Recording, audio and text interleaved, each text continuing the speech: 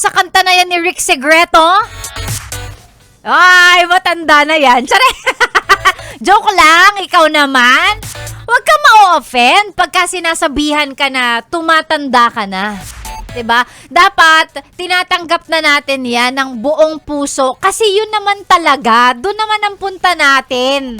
'Di ba? Yung iba, kumbaga parang na-offend pag sinasabihan ng mas nakakatanda sila or elder sila, ganyan. Wag ka ma-offend. Because ako lagi kong sinasabi, aging is a gift. Hindi lahat nakakaabot ng ganyang edad, 'di ba? Yung iba, aabot man sila ng ganyang edad, tatanda man sila, pero ang pagtanda nila paurong.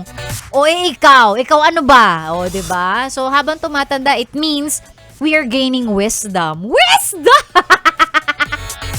Mga tumatalino ka dapat habang tumatanda. 'Di ba? Habang tumatanda dapat mas marami kang lessons na natututunan na nakaka-develop sa sarili mo, ikaw as a person.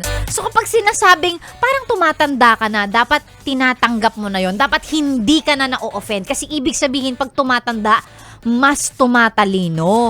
Oh, ganon. Ganon ang perspective. Hindi yung iba dyan, pag sinabihang tumatanda na-offend, nagagalit, ganyan.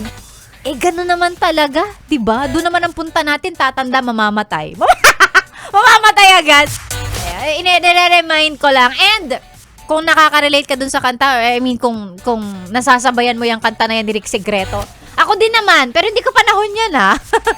Hindi ko panahon yan. Mga 1980s yan, eh. Nasasabayan ko lang kasi maganda yung kanta. Ikaw naman. Benay naabutan ko, excuse me. Charing lang. Ay, magandang umaga. Sexy Megan pa rin po ang inyong kasama para sa programang Chillax 101. Ang programang masarap pakinggan habang ikaw ay nagre-relax.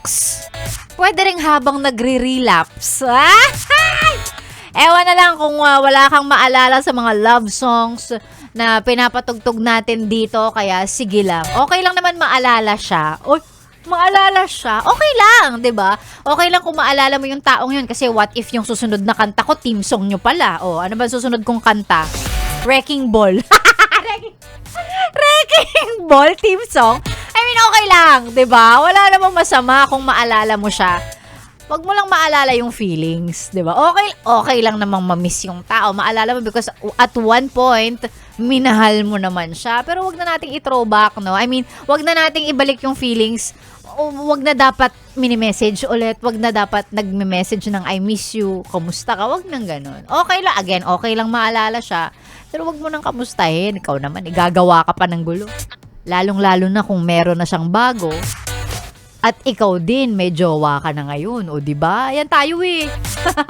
Sexy Megan po ang inyong kasama hanggang mamaya pantanghali. Again, para sa programang Chillax 101, balik muna sa tugtugan. Gaya ng sabi ko, susunod na kanta, Wrecking Ball. Team song nyo ba to? Ikaw ay nakatune in, yes, friends, sa 101.1 Yes FM. Solid!